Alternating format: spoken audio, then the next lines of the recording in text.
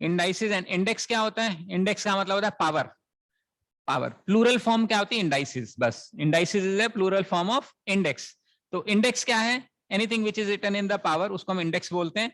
जैसे मान लो ए क्यूब है, ए क्यूब का मतलब होता है ए इंटू ए इंटू ए, ठीक है? तो ये जो ये वाला है इसको हम इंडेक्स बोलते हैं, ठीक है?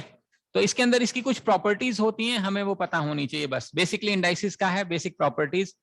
से for example we have a की पावर m इंटू ए की पावर n, दैट मीन्स इसको बेस बोलते हैं, ये इंडेक्स है तो इसको हम क्या बोलते हैं? Base. So when the bases are equal powers can be added, ये पता होना चाहिए। मान लेते हैं 2 की पावर 3 है इंटू 2 की पावर 4 है, या तो इंडिपेंडेंटली सॉल्व कर लो या फिर हम 2 की पावर 3 प्लस 4 यानी 2 की पावर 7 कर देंगे तो भी मेरा आंसर आ जाएगा। That's the first result. The second is a की power m divided by a की power n, which is basically a की पावर m upon a की power n. In such a scenario, the indices are subtracted. So you may have 2 की power 4, divided by 2 की power 2. So basically this is 2 की power 4 divided by 2 की power 2. Cancel भी कर सकते हो या 2 की पावर 4 minus 2 ये आ जाएगा. So when the indices are same and it is divided, then what do? You subtract. तो ये हमारा सेकेंड रिजल्ट है. Then if you have a की पावर m होल की पावर n, कोई नहीं अभी रहने दो. So it is multiplied a की power m into n. So if you have 2 की पावर 3 होल की power 4, it is same as 2 की power 3 into 4, which is same as 2 की power 12. Now please understand this is very different from a की power m की power n. Right? a की power m की power n अगर bracket होता तो हम मल्टीप्लाई कर लेते. इसका मतलब है मान लेते हैं 2 की पावर 3 की पावर 4 है मान लेते हैं. So how do you start solving? एक तरीका है कि 8 की पावर 4 कर दो या 2 की पावर 81 कर दो. So the process of solving this question is top bottom. ऊपर से हम शुरू करेंगे, सबसे ऊपर वाली दो पकड़ेंगे वैल्यू. 3 की पावर 4 81 बनेगा. सो द आंसर इज 2 की पावर 81. कहने का मतलब है अगर मेरे पास एक क्वेश्चन होता 2 की पावर 3 की पावर 2 की पावर 3 फॉर एग्जांपल, इसको मुझे सॉल्व करना है. So how do I start solving? You start solving from top bottom. So that means it becomes 2 की पावर 3. सबसे पहले 2 की पावर 3 यानी 8, यानी 2 की पावर 3 की पावर 8. अब 3 की पावर 8 का जो भी आंसर आएगा वो 2 की पावर में हम लिख देंगे. So the value start from top bottom. So a की पावर m होल की power n is different from a की पावर m की पावर n. ये इसमें एक डिफरेंस है, ये हमें समझ में आना चाहिए. बोलिए, बनती है बात यहां तक?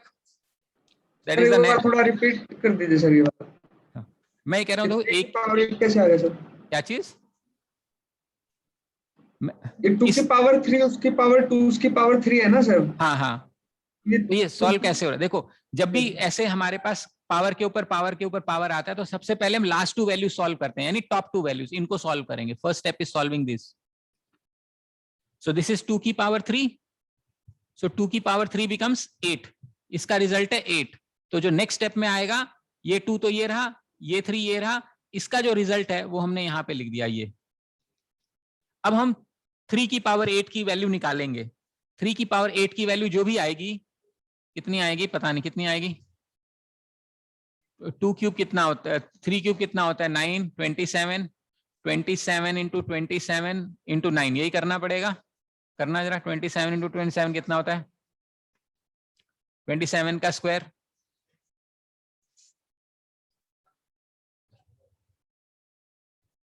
27 का स्क्वायर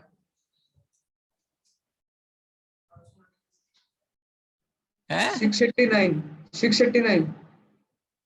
689 गलत है. 27 का स्क्वायर. 25 का स्क्वायर 625. 729. हाँ, तो ये वंस अपॉन ए टाइम हमने याद किया था, और नहीं भी याद किया तो एक लाइन में मल्टीप्लाई करना सिखाया था. अब हमें करना है 729 इंटू 9. अब बताओ इसका आंसर कितना हो रहा है? 729 इंटू 9 है 656. तो ये कहां से है? ये अब जो नेक्स्ट स्टेप है वो इन दोनों का रिजल्ट है. ठीक है, समझ में आ रहा है? यानी हमारे पास कोई पावर की पावर है तो हम सबसे पहले ऊपर वाली दोनों पावर को सॉल्व करेंगे, फिर उसको रिजल्ट बना के फिर नेक्स्ट 2 को सॉल्व करेंगे और फिर नेक्स्ट 2 को सॉल्व करेंगे. ये तरीका होता है सॉल्व करने का इंडेक्स को.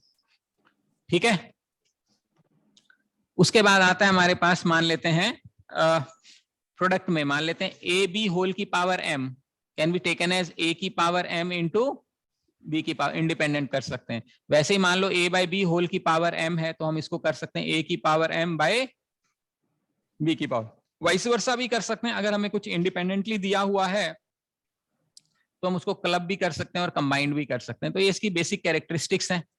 उसके बाद anything to the power of negative मान लेते हैं। नेगेटिव पावर का मतलब है ये 1 बाय हो जाएगा a की पावर m, इस तरीके से। वैसे कुछ डिनोमिनेटर में उसको पावर में लाना है तो नेगेटिव कर सकते हैं। फॉर एग्जांपल मेरे पास 1/2 है तो हम इसको 2 की पावर -1 के नाम से भी जानते हैं, ठीक है, क्योंकि वो डिनोमिनेटर में आ जाएगा। उसके बाद होता है anything to the power of 0। Anything to the power of 0 is always taken as 1, ठीक है, और anything to the power of 1 is always taken as the same value, ठीक है। उसके बाद आता है एक और चीज आती है mth रूट ऑफ a। मान लेते हैं हम लेते हैं mth root of a which basically means a की power 1/m. So I may have mth root of a की power p. So this is a combined result of a की power p whole की power 1/m. तो ये पिछले वाला result हो जाएगा, पावर में चला जाएगा, यानी a की पावर p अपॉन m। तो जो डिनोमिनेटर में होता है वो mth रूट होता है और जो न्यूमरेटर में होता है वो वैल्यू की पावर होती है। इसका मतलब ये है कि मान लो मैंने आपको कहा कि क्यूब रूट ऑफ 2 की power 7, so basically it means 2 की पावर 7 तो रहने ही दो, और बाहर क्या आ जाएगा 1/3। चूंकि आपस में मल्टीप्लाई हो जाएगा तो ये वैल्यू बन जाएगी 2/7 की power 3। So that is how you root write the mth root, ठीक है। तो अगर हम इस तरीके से हम देखते हैं तो ये हमारा इसको हम रेडिकल साइन के नाम से जानते हैं। ये मेरा रेडिकल साइन होता है, ये जो अंदर होता है इसको हम रेडिकैंड बोलते हैं। अब बेसिकली हमें ये समझ में आना चाहिए कि किस टाइप के रेडिकल और रेडिकैंड को ऐड किया जा सकता है, किसको सब्ट्रैक्ट किया जा सकता है, किसको मल्टीप्लाई किया जा सकता है, किसको डिवाइड किया जा सकता है। वो एक इंपॉर्टेंट बात होती है हमारे लिए सर्ट्स के अंदर। जैसे कि मान लेते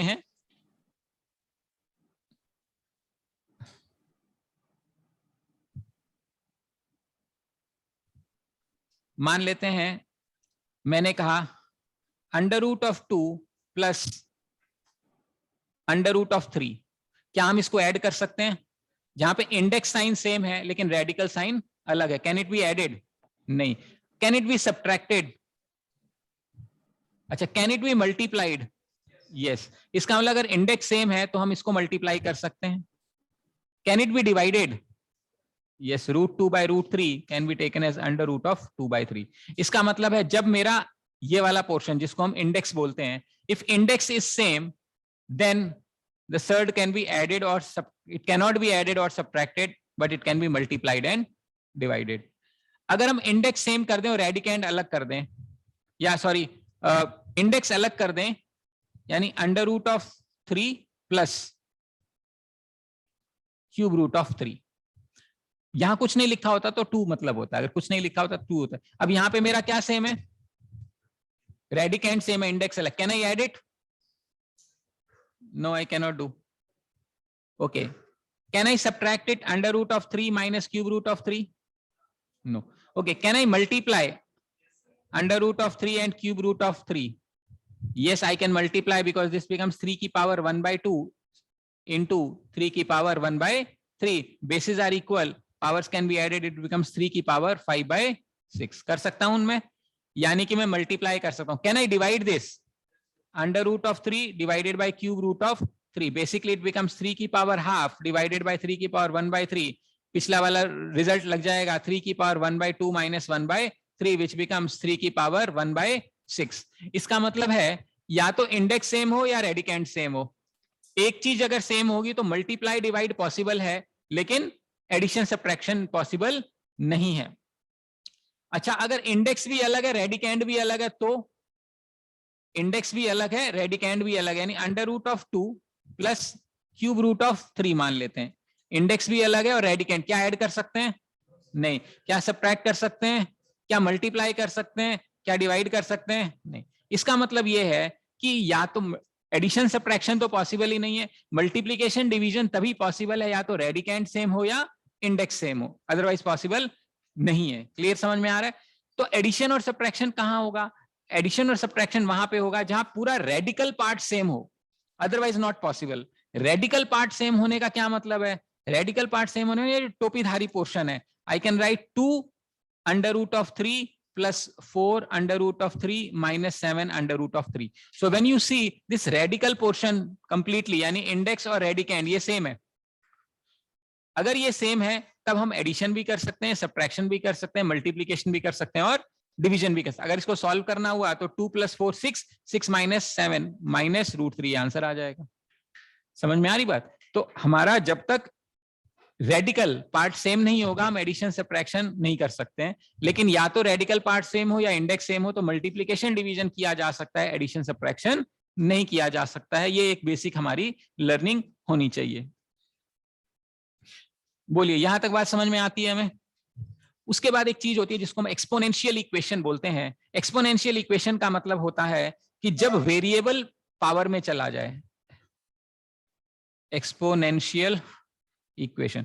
एक्सपोनेंशियल इक्वेशन होता है जब कुछ भी चला, मान लेते हैं मेरे पास 2 की power 3x + 4 is equal to 128. I need to solve the value of x. Now such a scenario is known as exponential equation. यानी एक्सपोनेंट यानी पावर में वेरिएबल चले जाना। The only way you solve an exponential equation, either you equate the base. If bases are equal, powers can be added. If powers are equal, bases can be added. मतलब मान लेते हैं मैंने ये कहा कि अगर बेस सेम है यानी 2 की power 3x + 4 is equal to 2 की पावर 123 है और मैं कहूं सॉल्व करो, तो bases are equal, powers can be equated. ये तभी इक्वल होगा जब ये दोनों आपस में इक्वल होंगे। इस वाले केस में कुछ भी सेम नहीं है तो हमें बेस इक्वेट करना पड़ेगा। तो 2 की power 3x + 4 is equal to 2 की power 7. Now the bases are equal. Now this implies 3x + 4 is equal to 7 or x is equal to 1, and that is my answer. So this is known as exponential equations. Surds के अंदर एक चीज और होती है, division of surds हम जिसको बोलते हैं। तो डिवीजन ऑफ सर्ड्स कैसे होएगा? फॉर एग्जांपल मेरे पास एक वैल्यू है 2 + √3 डिवाइडेड बाय √5 + √3 फॉर एग्जांपल, ठीक है? यानी कि इस सर्ड को इस सर्ड से डिवाइड करना है। इस सर्ड को इस सर्ड से डिवाइड करने का मतलब होता है कि डिनोमिनेटर में रैशनल नंबर आना। उसी को डिवीजन ऑफ सर्ड बोलते हैं। बेसिकली क्या है? डिवीजन ऑफ सर्ड कर रहे हैं हम। डिवीजन ऑफ सर्ड का मतलब है डिनोमिनेटर में रैशनल नंबर आना। रैशनल नंबर लाने के लिए एक प्रोसेस होता है जिसको हम बोलते हैं रैशनलाइजेशन,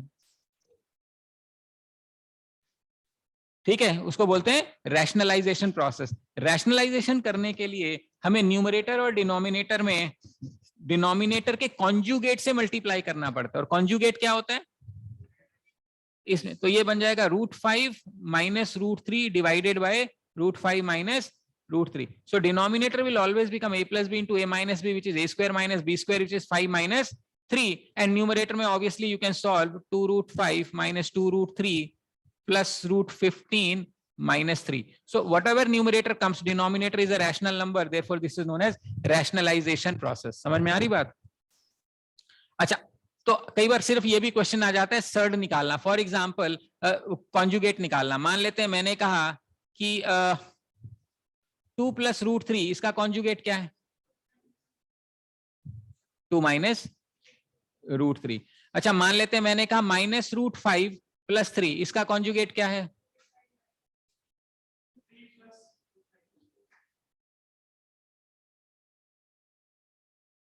क्यों बीच में साइन ही तो बदल रहे हो और क्या कर रहे हो? थोड़े गलत हो जाएगा, ध्यान रखना, मैं इसलिए बता। अब आप अगर ये सोचो कि -√5 - √3 या -3 तो ये गलत है। गलत इसलिए है कि इसका जो स्टैंडर्ड नॉमेनक्लेचर होता है वो ये होता है कि पहले आपको रैशनल नंबर लिखना है फिर इरैशनल लिखना है, और अगर सारे इरैशनल है तो सबसे बड़ा वाला पहले लिखना है, उसके छोटे वाला बाद में लिखना है। तो इसको हम इस नंबर को हम ऐसे लिख सकते हैं 3 - √5। अब इसका जो सर्ड होगा, कॉन्जुगेट होगा, वो क्या होगा? 3 + √5। तो इसका जो कॉन्जुगेट है वो ये है, ना कि जो हम पहले लिख रहे थे। या वही समझा रहा हूं, वो गलत है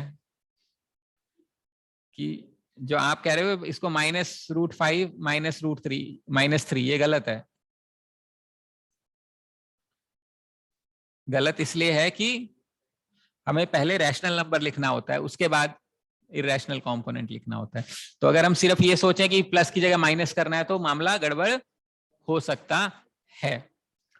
आ गया समझ में रैशनलाइजेशन? तो ध्यान, इंपॉर्टेंट बात क्या है कि रैशनल जो उसका कॉन्जुगेट है वो सही चूज करें, उसके बाद हम रैशनलाइजेशन कर देते हैं।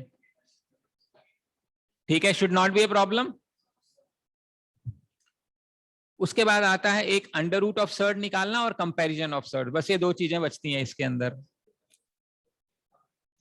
है। मान लेते हैं हमें कंपेयर करना है, मान लो मैंने कहा arrange in ascending order √2, 3√3, 4√3, 4√4 and 5√5। मान लेते हैं क्वेश्चन है अरेंज इन असेंडिंग ऑर्डर या डिसेंडिंग ऑर्डर, व्हाटएवर। असेंडिंग का मतलब क्या होता है, असेंड करना मतलब बढ़ना। तो अगर कोई चीज असेंडिंग होगी तो सबसे पहले क्या आएगी, छोटी वाली चीज। डिसेंडिंग का क्या मतलब होता है, सबसे डिसेंड कम होना, तो सबसे पहले कौन सा आएगा, बड़ा। हम एक रैंडम एग्जाम मान लेते हैं, हमें असेंडिंग ऑर्डर में करना है, तो सबसे पहले हमें सबसे छोटी वाली वैल्यू चाहिए। कौन सी है सबसे छोटी है, कैसे पता लगेगा? या इससे भी आसान मान लो मैं आपसे पूछूं √2 बड़ा है या 3√3 बड़ा है? क्यों?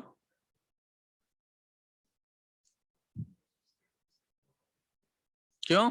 ये √3 नहीं है भाई, देखो √2 और √3 कौन सा बड़ा है? इसमें तो कोई दिक्कत नहीं है, इसमें क्या रॉकेट साइंस लगा रहे हो। अच्छा, क्यूब √2 बड़ा है या क्यूब √3 बड़ा है? अभी भी सोच रहे हो हैं?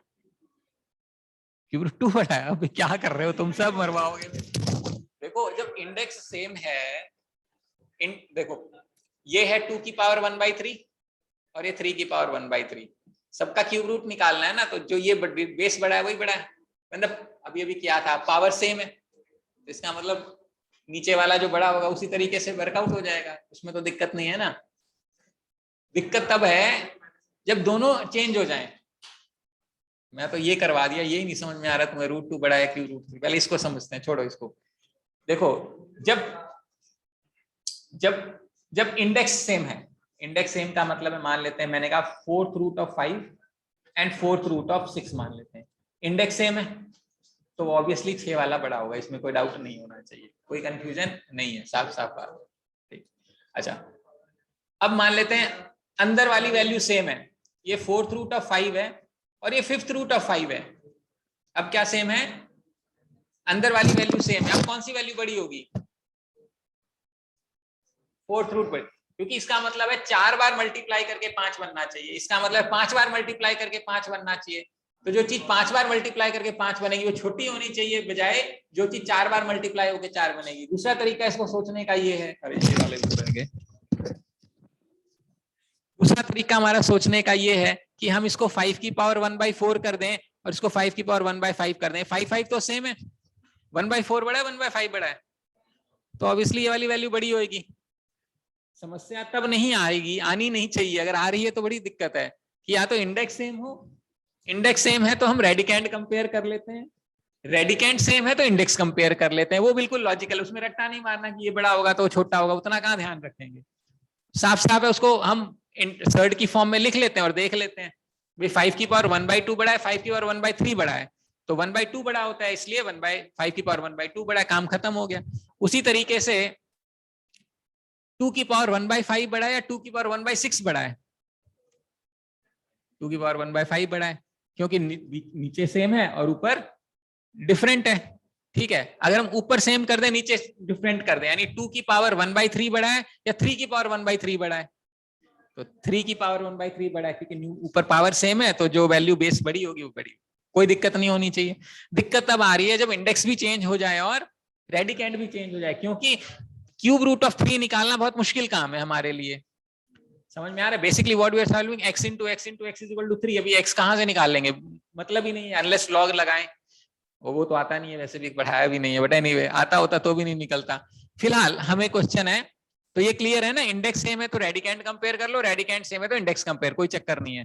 चक्कर पड़ेगा यहाँ पे, यानी मुझे ये चेक करना है 2 की पावर 1/2 बड़ा है या 3 की पावर 1/3 बड़ा है।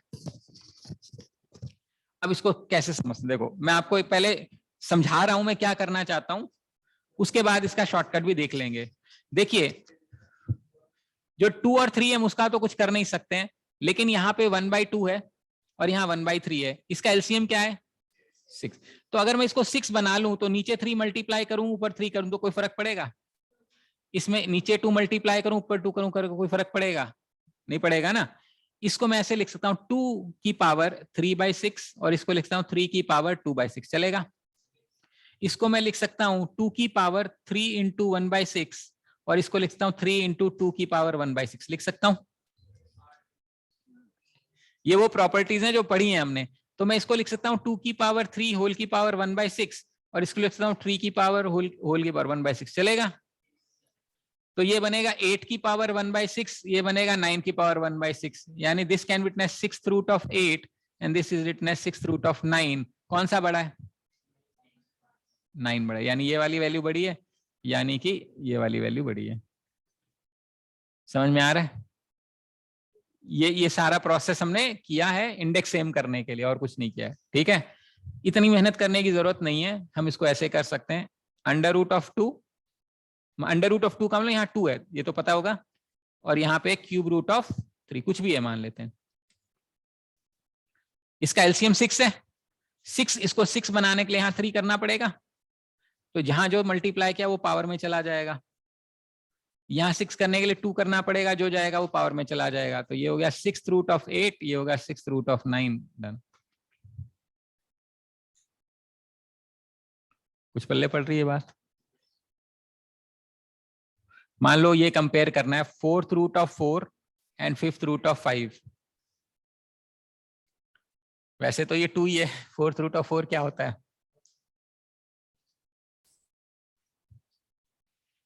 4th रूट ऑफ 4 क्या होता है? This is 2 square 1/2 1/4 which is root 2। Under root 2 होगा सर। हाँ, इसका मतलब क्या है? ये दोनों वैल्यूज एक्चुअली सेम है, they are equal. 4th root of 4 ही सेम है अंडर रूट ऑफ। हालांकि हमें ये कंपेयर करना है, मान लो मेथड सिखाना चाह रहा हूँ। 4 है 5 है, ये इसका एलसीएम क्या होगा? यहाँ 5 से मल्टीप्लाई करो तो यहाँ 5 पावर में ले लो, यहाँ 4 से मल्टीप्लाई करो यहाँ 4 पावर में ले लो, तो ये बनेगा 20th रूट ऑफ 4 की पावर 5। 4 की पावर 5 यानी 2 की पावर 10, 2 की पावर 10 यानी 1024, और ये बनेगा 20th रूट ऑफ 4 की पावर 5 की पावर 4, 25 25 का स्क्वायर 625। तो ये बड़ा है, बस ये हो गया शायद। इसको बोलते हैं comparison of surds. Radicand same है तो इंडेक्स चेक करो, इंडेक्स सेम है तो रेडिकेंड सेम करो, दोनों अलग है तो इंडेक्स को सेम बनाओ। कैसे बनाओ? जो उसका एलसीएम है, उसका जो मिसिंग फैक्टर है उससे मल्टीप्लाई करो। जितने पे बाहर मल्टीप्लाई करोगे शॉर्टकट लगाने के लिए उतनी ही पावर पे रेज कर दो, आंसर आ जाएगा। क्यों करोगे उसका डिटेल एक्सप्लेनेशन मैंने यहाँ दिया हुआ है कि भाई ये सौदा पूरा करोगे सिस्टम तो ये बन जाएगा। बोलिए, यहां तक बात समझ में आती है? इसको बोलते हैं कंपैरिजन ऑफ सर्ड्स, ठीक है? जो इसमें आखिरी चीज है वो है finding out rationalisation square root of a surd.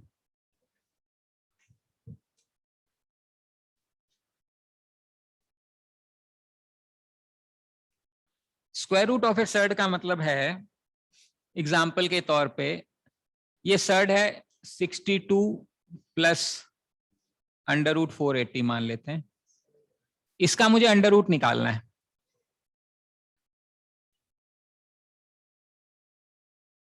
ठीक है, मुझे इसका यानी कि सर्ड का यानी टोपीधारी का रूट निकालना है। इसको कैसे करेंगे?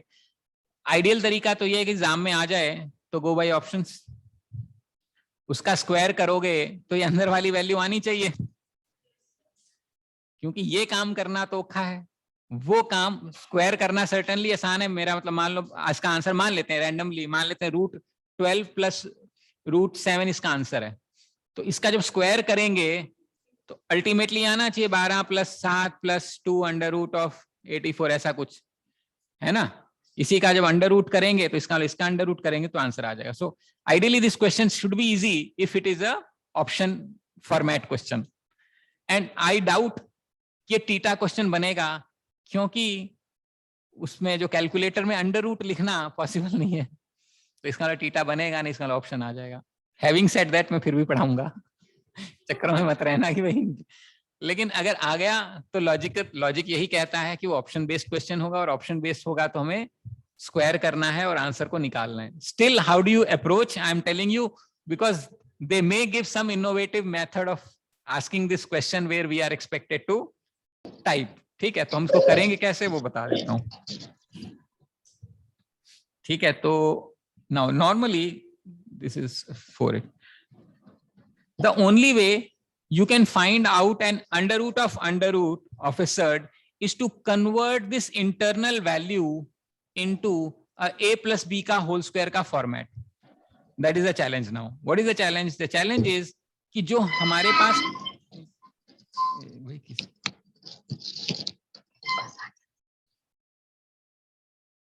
okay, so the challenge is we need to convert this value inside in the form of a plus b whole square such that when you are able to do something ka whole square and then under root, obviously it will get cancelled and my answer will become a plus b. So our idea is to convert this value into a plus b ka whole square. Now we know if something needs to be converted into a square plus b square, I must have something like a square plus b square plus 2ab.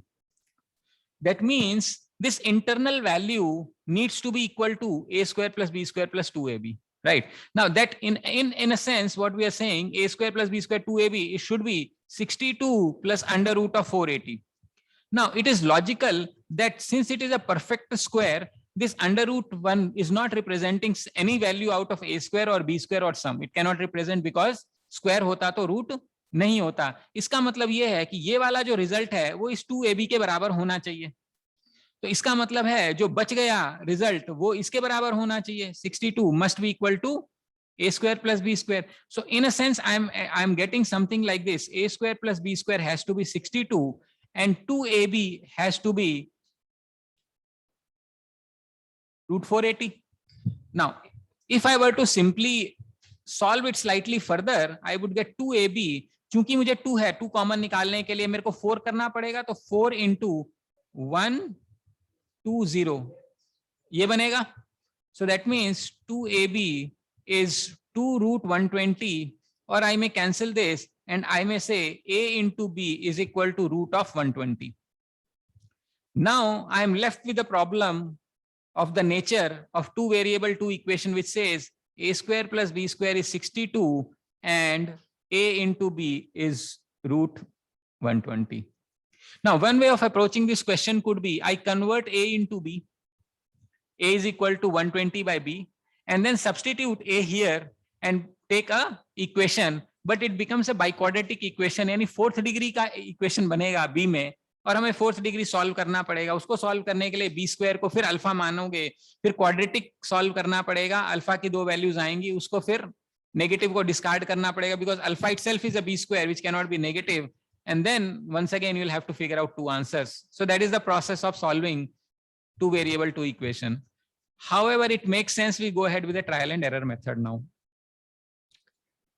वैसे तो दिख रहा है क्या हो सकता है, 60 और 2 का प्रोडक्ट 120 होता है, उसका स्क्वायर करेंगे तो 62 आ जाएगा. So I may want to write it as root 60 into root 2 such that a into b is root 120 and a square plus b square will become, let's say a square plus b square becomes root 60 का whole square plus root 2 का whole square, which is 60 plus 2, which is 62, which is given. That means I can take a as root 60 and b as root 120. So 62, मेरे पास question क्या था, 62 plus 480, इसका under root था. So I may want to write this value as root 60 का whole square plus root 2 का whole square plus 2 into root 60 into root 2, ये बनेगा, which is nothing but root 60 plus root 2 का whole square का under root. तो under root इससे खत्म हो जाएगा. So my answer is root 60 plus root 2 and that is the answer. Of course this trial and error is where you are stuck. Otherwise one of the option would be this, इसका square करोगे तो अपना question आ जाएगा जो मैंने कहा था, वहां से सॉल्व हो जाएगा. आ रही बात समझ में? तो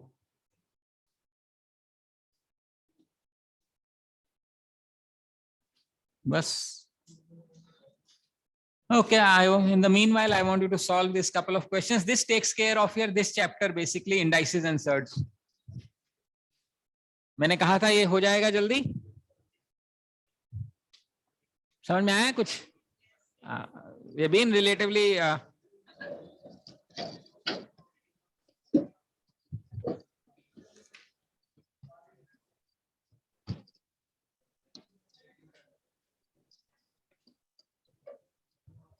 okay, I want you to solve this question, all of you.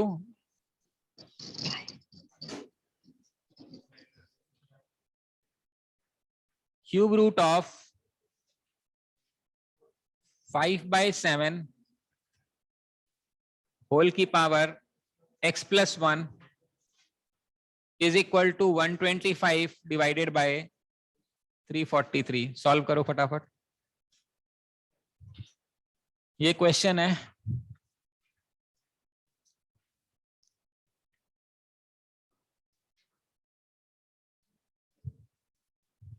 Cube root of 5/7 whole की power x plus 1 is equal to 125 divided by 343. हाँ, 8x बताना है,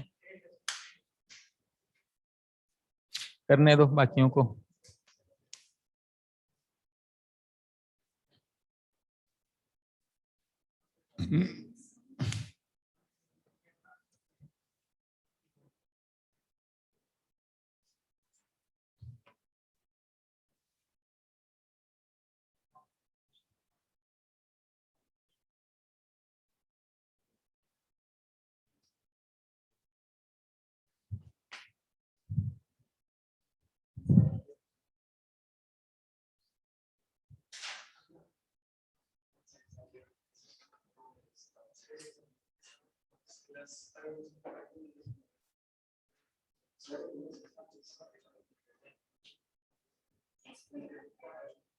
ठीक है, हाँ जी, क्या करना है अपने को? बेसिस आर इक्वेट करनी है। राइट साइड में अपने को साफ साफ नजर आ रहा है, ये क्या है? 5 cube by, that means it is 5/7 का होल क्यूब। यहाँ पे क्यूब रूट है, इसका भी क्यूब बनेंगे करेंगे तो इसका भी क्यूब करना पड़ेगा, तो ये क्यूब क्यूब खत्म हो जाएगा, तो ये क्या बचेगा? 5/7 होल की power x plus 1 is equal to 5/7 की पावर 9। बेसिस सेम आ गया, इसका मतलब क्या है? x plus 1 is equal to 9, तो x इज इक्वल टू 8। ये क्यूब रूट है ना, होल की पावर 1/3 क्यूब कर दोगे, दोनों तरफ करना पड़ेगा ना, तो खत्म हो जाएगा, सॉल्व हो जाएगा। इसको असेंडिंग ऑर्डर में करो फटाफट। हैं? पहले से ही है, असेंडिंग ऑर्डर में है ये, डिसेंडिंग में। अच्छा, उल्टा कर दूं। 625 का क्या मतलब है? 25 का स्क्वायर, तो ये 12 बन जाएगा। ये क्या बनेगा? अच्छा 5 है ना, 25 लेना है। 5 का क्यूब, तो 5 की पावर 7 3 21, ये 5 की पावर 20, तो इसको भी करना पड़ेगा 5 की पावर 24, तो 24, 5 की पावर 21 और 5 की पावर 20। अब देख लो जो भी अरेंज करना है, बेसिस सेम है, तो जो भी वैल्यू बनेगी वो पावर की टर्म्स में बनेगी, आपका आंसर आ जाएगा। ठीक है, समझ में आ रही बात? Okay, I want you to do this, simplify, rationalise.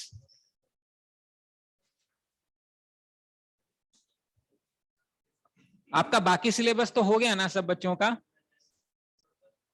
Maths ही बचा है ना? इंग्लिश हो गया, रीजनिंग हो गया। डीआई अमित सर नहीं करा के गए थे कुछ? आएंगे अभी, चलो। क्या? उसमें कुछ है ही नहीं, कहोगे तो मैं एक क्लास में करा दूंगा पूरा सिलेबस। क्योंकि एक ही क्लास लगती है, एक मैक्सिमम 2। क्यों?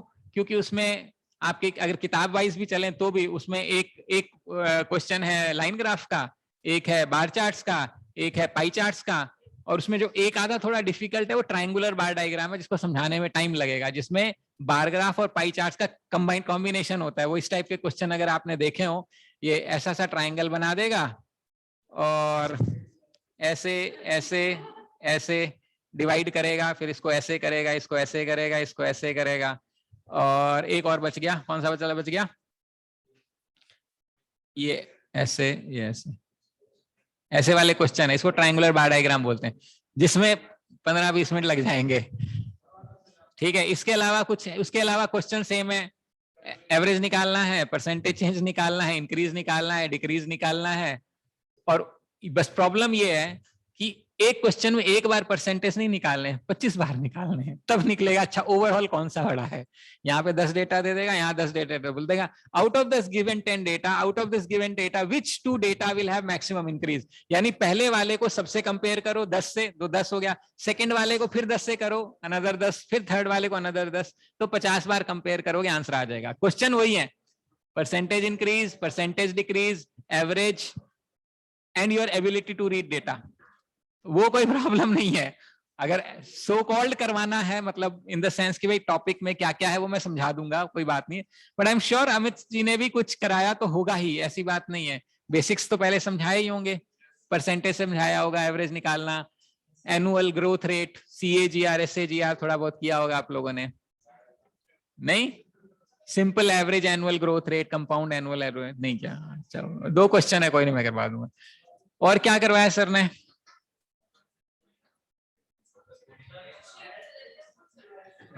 है शीट ही देनी है, मैं तो ये सोच रहा हूँ, बहुत मैथ्स करा लिया, शीट दे देता हूँ।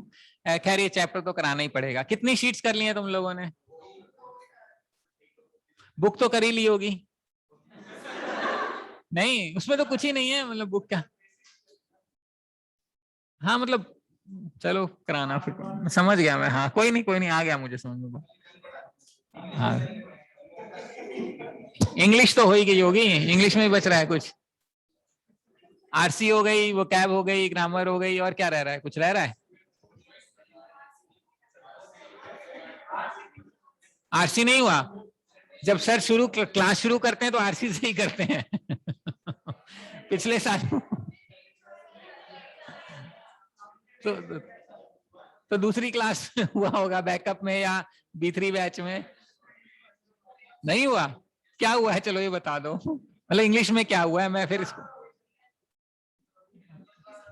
ग्रामर हो गई, वर्बल हो गई, RC बची है मोटा मेनली, तो मेन तो RC है। पढ़ रहे हो नॉवल नोवेल, किताब किताब? नहीं वो, अच्छा रीजनिंग हो गई होगी, रीजनिंग हो गई ना, पक्का? चलो ठीक है, मतलब दोनों सर करा रहे हैं ना तुम्हें? कौन करा रहा है?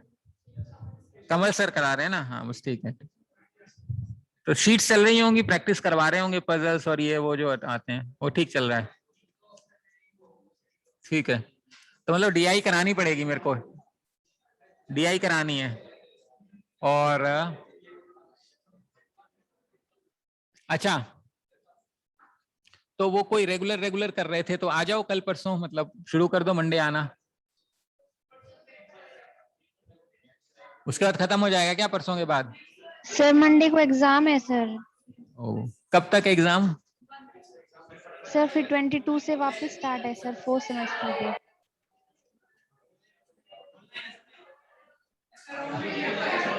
ऑनलाइन है पेपर? हाँ सर। उनको फिर प्रैक्टिस के लिए बुला सकते हैं, आ जाओ। ठीक है, अच्छा जिसके एग्जाम्स नहीं है वो यहाँ आके बैठ के प्रैक्टिस करेंगे मंडे से, ठीक है? मैं शीट्स दिलवा दूंगा, मैथ्स की, रीजनिंग की, इंग्लिश की, बैठ के करना, और अगर बुक नहीं करी है तो बुक करना। सर ट्यूसडे से आ जाए? हैं? सर ट्यूसडे से आ जाए क्लास में? आ जाओ, रेगुलर आ जाओ, सर। बिल्कुल आ जाओ, टाइमिंग जब मर्जी आ जाओ, अगर टाइमिंग फिजिकल नहीं है तो यहाँ पे प्रैक्टिस के लिए आ जाओ।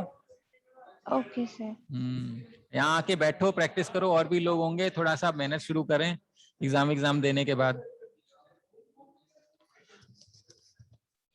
तो अगले हफ्ते खत्म हो जाएंगे सबके?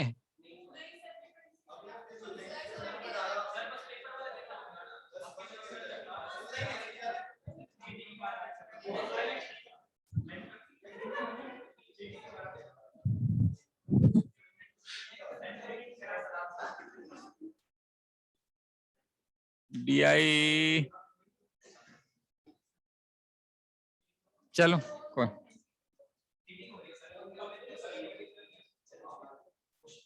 ठीक है। ऑनलाइन कोई प्रॉब्लम है किसी को? I am wrapping up then. No sir, नहीं है सर। चलो ठीक है देन।